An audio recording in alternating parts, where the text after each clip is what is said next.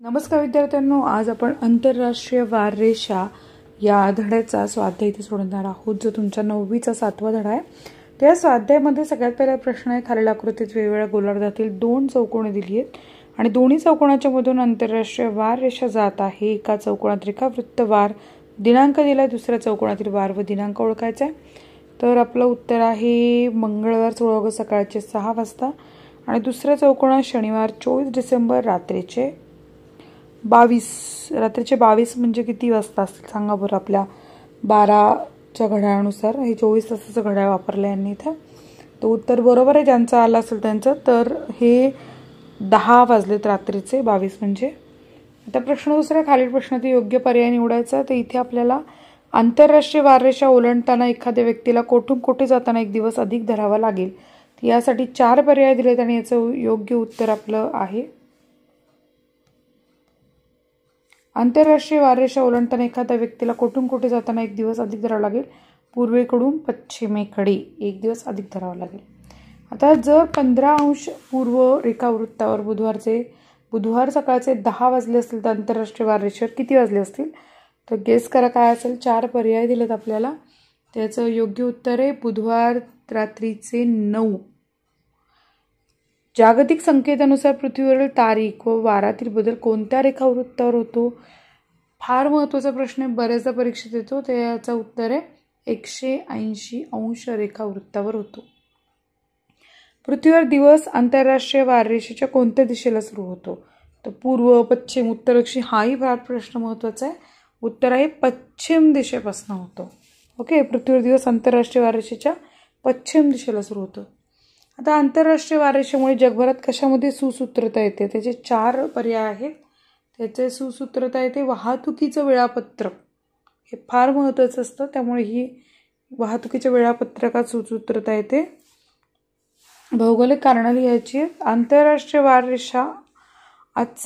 वाररेषेवर महत्त्वाचे ठरत आहे। तर आजचे मानवी जीवन हे अधिक विश्वव्यापी झाले असून जगात आज दळणवळण, वाहतूक, प्रवास आणि व्यापारी अनेक पटीने वाढला आहे। शिवाय या गोष्टी दूरदूरच्या देशातही होत आहेत। त्यामुळे या सर्वात उत्तम समन्वय राखण्यासाठी तारीख व वाऱ्यात होणारा गोंधळ टाळण्यासाठी आंतरराष्ट्रीय वाररेषा महत्त्वाची आहे। 2. पृथ्वीवर दिवस पॅसिफिक महासागरात सुरू होतो। तर उत्तर आहे भूभागावरील एखाद्या ठिकाणी दिवसाची सुरुवात झाली तर त्या ठिकाणांच्या पूर्वेकडे व पश्चिमेकडे कोणता दिवस धरायचा यावरून गोंधळ झाला असता। म्हणून काय केलं, हे टाळण्यासाठी विशाल पॅसिफिक महासागरावरून जाणाऱ्या व 180 अंश रेखावृत्तावर अनुसरून आखलेल्या आंतरराष्ट्रीय वाररेषेवर पृथ्वीवरील दिवस सुरू होतो। प्रश्न 4, थोडक्यात उत्तरे लिहा। तर आंतरराष्ट्रीय वाररेषा आखताना कोणत्या बाबी विचारात घेतल्यात? हा प्रश्न हमखास परीक्षेला येतो। उत्तरे, आंतरराष्ट्रीय वाररेषेवर पृथ्वीवरील नवीन वार व तारीख सुरू होते। या रेषेच्या पश्चिमेकडे जो दिवस असतो त्याचा मागचा दिवस या रेषेच्या पूर्वेकडे असतो। 2. 180 अंश रेखावृत्त अशी रेषा काही देशात जमिनीवरून जाते। त्यामुळे ही रेषा जर आंतरराष्ट्रीय वाररेषा धरली तर एकाच देशात 2 वेगळे वार व तारखा असा गोंधळ झाला असता। 3. त्यामुळे आंतरराष्ट्रीय वाररेषा 180 अंश रेखावृत्ताला अनुसरून आखताना ती पूर्णतः समुद्रावरून जावी ही प्रमुख बाब घेतली। आता पुढचा प्रश्न, आंतरराष्ट्रीय वाररेषा ओलांडताना तुम्ही कोणकोणते बदल कराल? तर पूर्वेकडे प्रवास करताना जर आंतरराष्ट्रीय वाररेषा ओलांडली तर आहे त्या तारखेच्या मागचा वार व तारीख ग्राह्य धरू। 2. पश्चिमेकडे प्रवास करीत जर आंतरराष्ट्रीय वाररेषा ओलांडली तर आहे त्या वार व तारखेचा पुढचा वार तारीख ग्राह्य धरू। आंतरराष्ट्रीय वाररेषा 180 अंश रेखावृत्ताप्रमाणे सरळ का नाहीये? उत्तरे, आंतरराष्ट्रीय वाररेषा 180 अंश रेखावृत्ताप्रमाणे सरळ असती तर ती काही भागात जमिनीवरून गेली असती आणि त्यामुळे एकाच भूभागात रेषेच्या 2 भागात पूर्वेकडे व पश्चिमेकडे 2 वेगळे वार व तारखा असता आणि गोंधळ उडाला असता। आणि हा गोंधळ घालवण्यासाठी आंतरराष्ट्रीय वाररेषा पूर्णपणे समुद्रावरून देण्यासाठी ती काही पूर्वेकडे व काही पश्चिमेकडे वळवण्यात आली आहे। त्यामुळे आंतरराष्ट्रीय वाररेषा 180 अंश रेखावृत्ताप्रमाणे सरळ नाही। आता ही प्रश्न आहे, आंतरराष्ट्रीय वाररेषा पृथ्वीवरील कोणत्याही भूभागावरनं का गेली नाहीये? तर उत्तर आहे आंतरराष्ट्रीय वाररेषा भूभागावरून गेली असती या भूभागाच्या पश्चिमेकडे एक वार व तारीख, पूर्वेकडे त्याच्या मागची तारीख अशी असते। 2 ही रेषा काल्पनिक रेषा असल्याने भूभागावर ती नक्की केव्हा ओलांडली, तिथे नक्की कोणता वार व तारीख चालू आहे हे समजणं कठीण गेलं असतं. त्यामुळे आणि तो गोंधळ झाला असता. हे टाळण्यासाठी आंतरराष्ट्रीय वार रेषा कोणत्याही भूभागावरून न नेता ते पूर्णपणे समुद्रावरून नेली आहे. आंतरराष्ट्रीय वार रेषा 180 अंश रेखावृत्ताच्या अनुषंगानेच का विचारात घेतली जाते?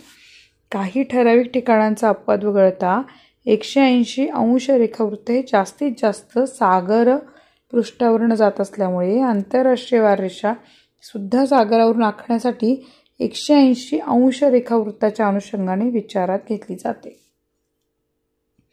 आता प्रश्न 5वा आहे, खालीलपैकी कोणत्या मार्गाने जाताना आंतरराष्ट्रीय वार रेषा ओलांडावी लागेल ते नकाशा संग्रहाचा वापर करून शोधायचं आहे. आता इथे 5 तुम्हाला पर्याय दिलेत बघा. तर ही झाली आपली मध्यभागी तुम्ही जर बघाल, ही झाली लाल रंगात दिसते ती आंतरराष्ट्रीय वार रेषा आहे आणि हा आपला पृथ्वीचा नकाशा आहे. आता इथे आपल्याला Mumbai, London, New York, Los Angeles, Tokyo आंतरराष्ट्रीय वार रेषा ओलांडत नाही. दिल्ली, कोलकाता, सिंगापूर, मेलबर्न त्यातही नाही ओलांडत. कोलकाता, हाँगकाँग, टोकियो, सॅन फ्रान्सिस्कोला ओलांडली जाते. चेन्नई, सिंगापूर, टोकियो, सिडनी, सॅन्टियागोला ओलांडली जाते आणि दिल्ली, लंडन, न्यूयॉर्कला आंतरराष्ट्रीय वार रेषा ओलांडली जात नाही. त्यामुळे तुम्हाला हे बघावं लागेल की हा नकाशा लक्षात ठेवा, ही उत्तर लक्षात ठेवा. तर व्हिडिओ इथेच संपला आहे. हा व्हिडिओ तुमच्यासाठी सादर केला होता सपना टीचर, पुणे जिल्हा, तळेगाव, दाभाडे इथून. धन्यवाद.